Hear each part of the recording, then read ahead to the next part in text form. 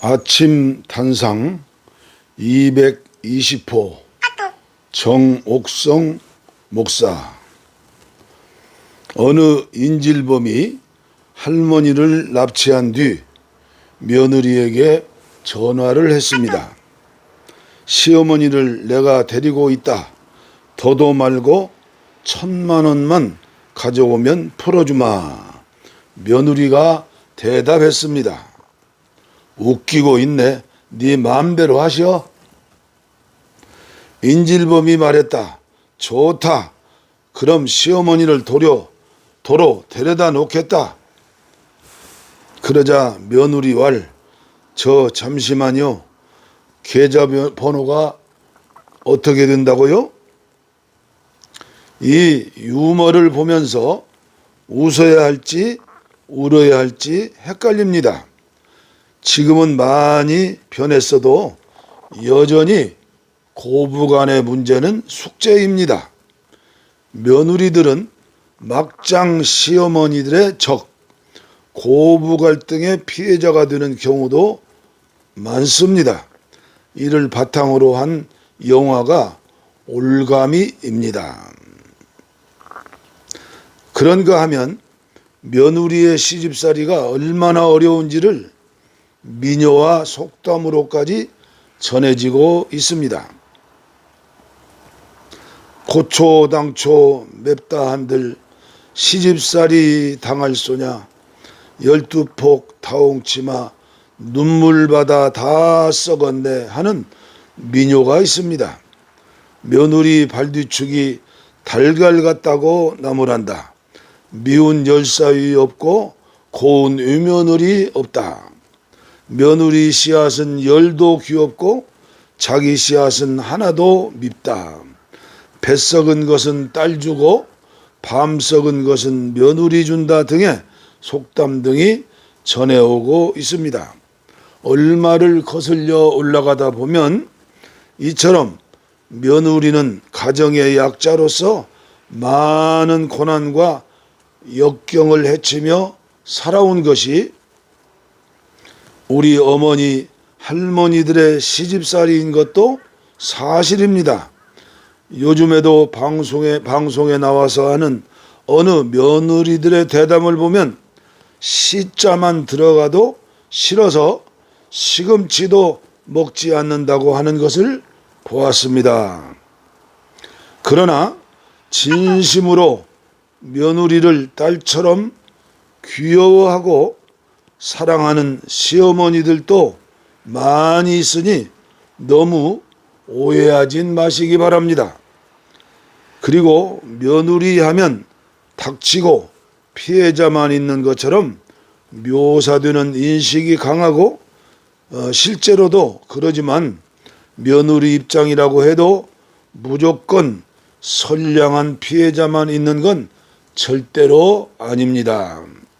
오히려 시댁은 착한데 며느리가 극도의 막장 인간이어서 처음부터 돈을 노리고 만만한 가정을 시가로 삼은 다음 자기는 밖에서 몰래 불륜질하기를 반복하고 시댁돈 끌어다가 써서 빚지고 심지어 남편의 시부모까지도 괴롭히고 감시하는 등 철저하게 가해자로 집안의 권력을 틀어쥐고 군림하는 경우도 없잖아 있습니다.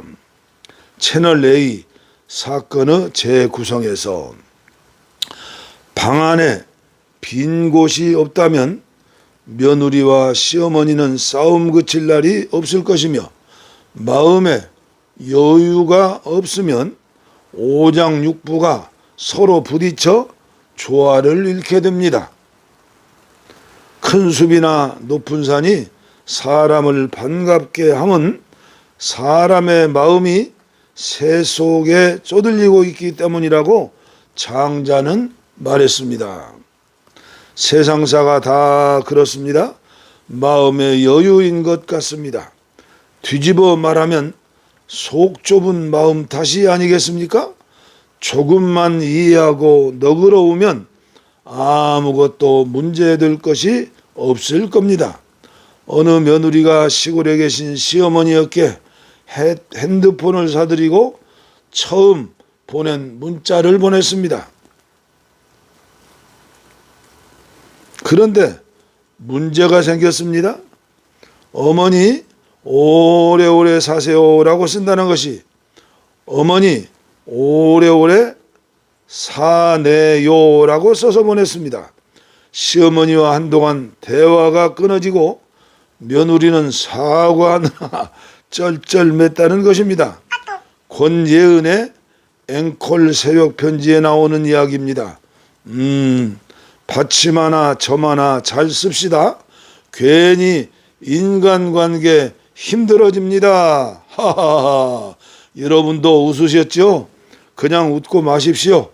받침 하나 점 하나가 하늘과 땅이 됩니다. 남에서 점 하나 빼면 님이 되지 않습니까? 여러분이 그 점 하나 받침 하나는 무엇입니까? 자신의 단점이라고 할 수 있겠고요. 또 실수라고 할 수도 있습니다.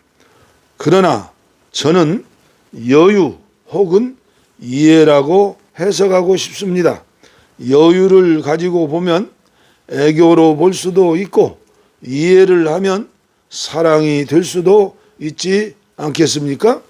하여간 영원한 숙제는 고부간의 문제인 것 같습니다. 그러나 이것 또한 쉽게 해결할 수 있는 문제입니다. 최고의 명약은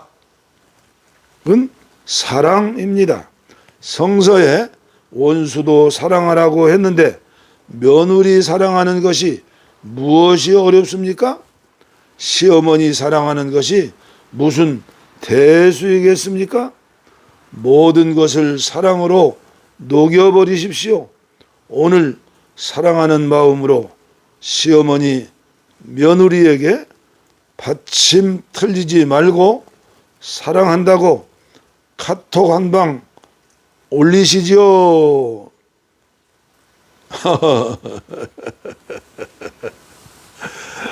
참 며느리 있고 사돈이 있는 그런 가정, 그런 아버지들 부럽네요. 저에게는 아직까지 아무리 기도해도 며느리가 없습니다. 정 목사님 오늘 아침 웃음 주셔서 감사합니다.